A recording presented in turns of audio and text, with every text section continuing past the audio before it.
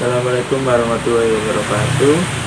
Saya Muhammad Yusuf Asnani, NIM 190102002, ingin mempresentasikan tentang histologi jaringan dasar tumbuhan dan binatang. Yang pertama ada, apa itu histologi? Histologi adalah ilmu yang mempelajari tentang struktur jaringan secara detail dengan menggunakan bantuan mikroskop pada kesediaan jaringan yang dipotong tipis. Histologi adalah salah satu dari cabang-cabang biologi. Histologi dapat disebut juga sebagai ilmu anatomi mikroskopis. Pada pembahasan kali ini akan membahas tentang histologi pada tumbuhan dan binatang. Yang pertama yang saya jelaskan ada histologi tumbuhan. Pengertian jaringan pada tumbuhan. Jaringan adalah sekelompok sel yang mempunyai struktur dan fungsi yang sama dan terikat oleh bahan antar sel membentuk suatu kesatuan. Terjadinya jaringan tumbuhan adalah karena adanya atau berlangsungnya pembelahan dari sel-sel yang dalam hal ini sel-sel yang terjadi tetap melakukan hubungan dengan erat yang satu dengan yang lainnya.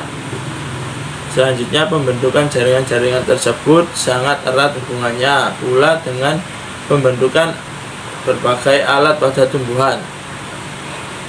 Macam-macam jaringan ada di tabel di sini yang ada di slide. Yang selanjutnya ada jaringan muda atau jaringan meristem.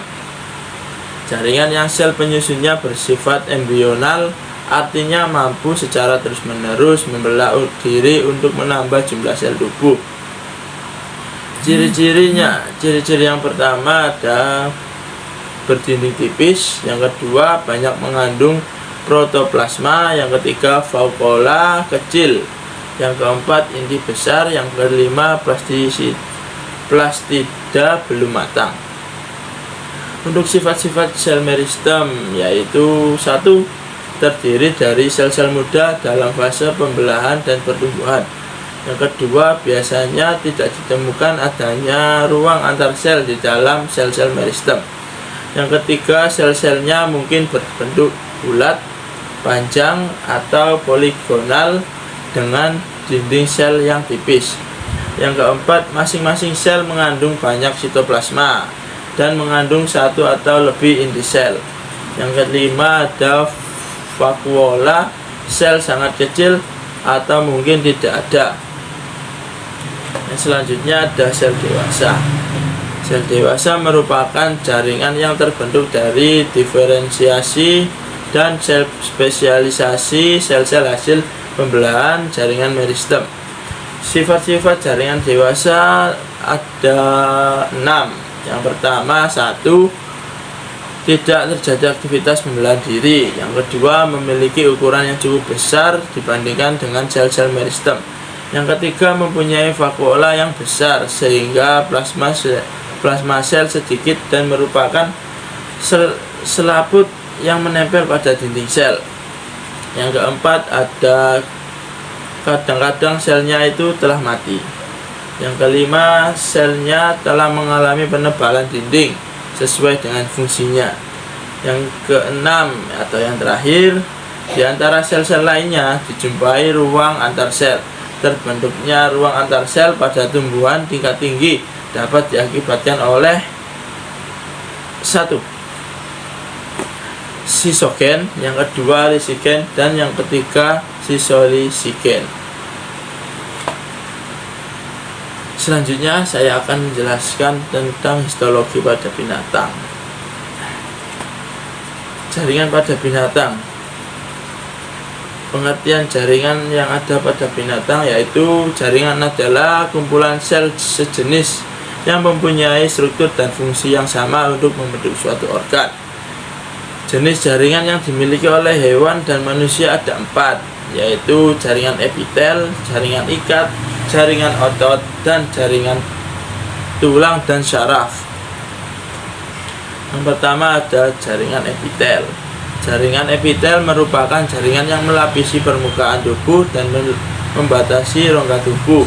Jaringan epitel yang melapisi luar tubuh disebut epitelium. Yang membatasi rongga tubuh disebut merotelium, dan yang membatasi organ disebut endotelium. Fungsi jaringan epitel yaitu melindungi jaringan di bawahnya dari kerusakan dan menyangkut zat-zat antar jaringan atau rongga yang dipisahkannya, serta menghasilkan enzim pada saluran pencernaan. Selanjutnya ada jaringan ikat. Jaringan ikat berkembang dari mesenkim yang berasal dari mesoderm atau lapisan tengah embrio. Jaringan tersebut berfungsi untuk menyokong dan memperkuat jaringan lain, melindungi organ-organ tubuh, menyimpan energi, membentuk struktur tubuh, dan menyusun sistem sirkulasi. Nah, selanjutnya ada jaringan lemak atau adiposa. Jaringan itu sendiri tersusun dari sel-sel lemak yang tidak membentuk matriks tetapi terspesialisasi untuk penimbunan lemak. Jaringan ini berasal dari sel mesenkim, berfungsi sebagai bantalan untuk melindungi organ-organ, sebagai persediaan cadangan makanan, dan sebagai alat pengatur panas. Terdapat di bawah kulit dan sekitar organ bagian dalam. Jaringan tulang rawan besar. Bahan dasar jaringan tulang rawan mengandung kondromokoid yang berfungsi untuk mesentetic matrix berdasarkan kandungan senyawa matriksnya. Jaringan tulang rawan dibagi menjadi 3, yaitu ada tulang rawan hialin, elastis, dan fibrosa. Yang selanjutnya ada jaringan tulang. Jaringan tulang disusun oleh sel-sel tulang yang dapat disebut osteosit. Dalam jaringan tulang terdapat saluran Havers. Penyusun tulang yaitu kalsium klorida, kalsium fosfat, magnesium klorida, barium klorida, dan barium sulfat. Jaringan tulang berfungsi sebagai alat gerak, penyokong tubuh, tempat melekat otot, dan melindungi organ yang lunak. Jaringan darah. Yang selanjutnya ada jaringan darah.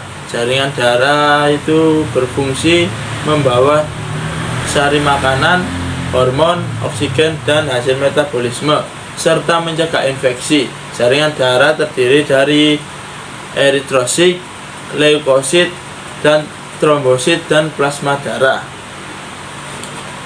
Selanjutnya ada jaringan limfe. Jaringan limfe terdapat pada organ-organ seperti timus, kelenjar limfe, tonsil, dan limpa. Jaringan limfe terdiri dari sel-sel dan serat-serat retikuler yang menjadi rangka untuk menunjang tumbuhan limfosit dan makrofag. Selanjutnya ada jaringan otot. Jaringan otot terdiri dari sel-sel otot. Suatu gerakan dapat dilakukan oleh otot jaringan melalui mekanisme kontraksi serat kontraktil. Serat kontraktil terdiri dari aktin dan miosin. Jaringan otot dikelompokkan menjadi 3, yaitu otot polos, rangka, dan jantung. Ada jaringan saraf selanjutnya yang saya jelaskan. Jaringan saraf merupakan jaringan yang berperan mengirimkan sinyal-sinyal ke seluruh tubuh. Jaringan ini disusun oleh sel-sel saraf yang disebut neuron. Neuron memiliki beberapa bagian, yakni dendrit. Dendrit sendiri yaitu penjuluran ke arah luar badan sel sebagai menerima sinyal neurit atau akson, yaitu penjuluran badan sel untuk mengirimkan sinyal dari badan ke akson yang lain. Badan sel yaitu bagian utama neuron yang mempunyai inti sel. Ya, itu saja yang bisa saya sampaikan. Bila ada salah-salah kata mohon dimaafkan. Assalamualaikum warahmatullahi wabarakatuh.